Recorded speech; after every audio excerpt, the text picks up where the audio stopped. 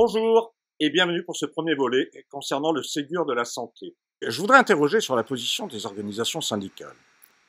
Doivent-elles accepter ce cadre et s'y intégrer, ou au contraire, doivent-elles s'en tenir à l'écart? Dans son allocution télévisée annonçant ses intentions pour les 2 ans qui viennent, le président de la République a exprimé le souhait de voir les corps intermédiaires venir à la rescousse. En d'autres termes, Emmanuel Macron remet dans les mains des partenaires sociaux la responsabilité de mettre en œuvre ces décisions. Pour ne laisser planer aucun doute, il indique d'ailleurs qu'en sortie de crise, il faudra travailler plus pour gagner moins et que c'est aux organisations syndicales que reviendra, au nom du sens des responsabilités bien sûr, la tâche de faire passer la pilule. L'Alliance Capital-Travail, c'est un vieux rêve du patronat que le président fait les yeux ouverts. Faire endosser par les représentants des salariés la politique contraire à leurs intérêts. En d'autres termes, lier les organisations du salariat aux intérêts et à la prospérité du capital. Cette tentative de subordination du travail au capital a déjà été expérimentée à plusieurs niveaux sous différents vocables. La cogestion ou encore la participation. L'idée est toujours la même. Subordonner les revendications, le travail, les salaires, les conditions de vie, la vie tout court, à la prospérité du capital.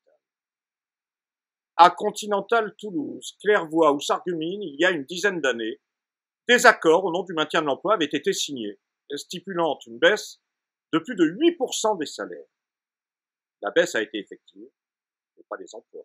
Quelques mois plus tard, les licenciements ont été décidés par une direction qui pouvait bénéficier du désarroi des ouvriers qui avaient été roulés et arguer de la compréhension de leurs représentants qui avaient tout fait pour gérer. La volonté d'Emmanuel Macron de faire porter l'effort de persuasion et de contrainte sur les organisations syndicales n'est donc pas originale, mais lorsque ça marche, elle est dévastatrice. Ce qui se passe dans la santé est une assez bonne illustration de cette collaboration entre pouvoir et syndicats qui annihile de fait toute indépendance des seconds à l'égard du premier et qui à terme interdit toute action en faveur des salariés, en l'occurrence en faveur des hospitaliers. Le Ségur est un bon cas d'école. Mettons de côté l'aspect politicard évident qui, pour Emmanuel Macron, vise, au lendemain du confinement, à se donner la posture d'un grand démocrate à l'écoute du peuple. Tout est bon d'ailleurs pour tenter de changer son image. Aussi grossier qu'absurde, on voit par exemple, dans le domaine de l'écologie, une convention avec membres tirés au sort, n'ayant en fait pas grande innovation à exprimer, sinon la limitation de vitesse à 110 km/h sur l'autoroute. Encore un effort et on va peut-être nous contraindre à rouler en marche arrière. Si demain une convention devait se réunir sur les questions budgétaires ou financières, peut-être que les gagnants de l'auto feraient office d'oracle de circonstance. Plus sérieusement pour la santé. 300 participants réunis autour des syndicats à l'exception de Sud qui fort judicieusement a claqué la porte.